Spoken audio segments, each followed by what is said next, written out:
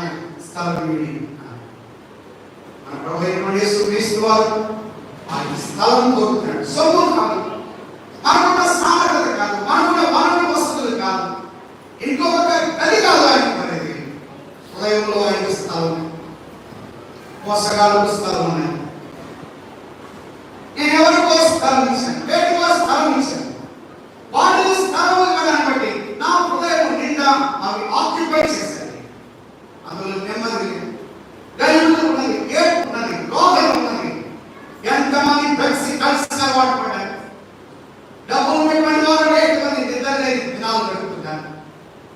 వారికి నెమ్మది స్థలం లేదు, సమాధానం స్థలం లేదు.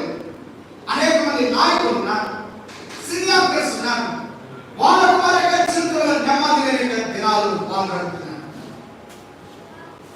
నిద్ర మాత్రమే వేసుకొని నిద్రపోని వారు అనేకమంది ఉన్నారు. కానీ వాటికి ఇస్తారు, అవి గర్భం చేస్తున్నాయి, అవి గందరగోళం చేస్తున్నాయి, అవి నెమ్మది లేకుండా చేస్తున్నాయి. సోదర సోదరి, ఈ రాత్రి దేనికి స్థలం ఇచ్చాము, అవి హృదయంలో నెమ్మది లేకుండా చేస్తున్నాయి. నీలో శాంతి లేదు, సమాధానం లేదు. నువ్వు దేనికి స్థలం ఇచ్చావో అది నీకు తెలియకపోవచ్చు. ఒకవేళ నీకు మాత్రమే అవుతుంది, తల్లిదండ్రులకు అర్థం కాకపోవచ్చు, భర్తకు తెలియకపోవచ్చు, వారికి తెలియకపోవచ్చు, పిల్లలకు తెలియకపోవచ్చు, బంధువులకు తెలియకపోవచ్చు. కానీ నువ్వు దేని చేత స్ట్రగుల్ అవుతున్నావు అది నీ జీవితానికి నెమ్మదికరంగా లేదు.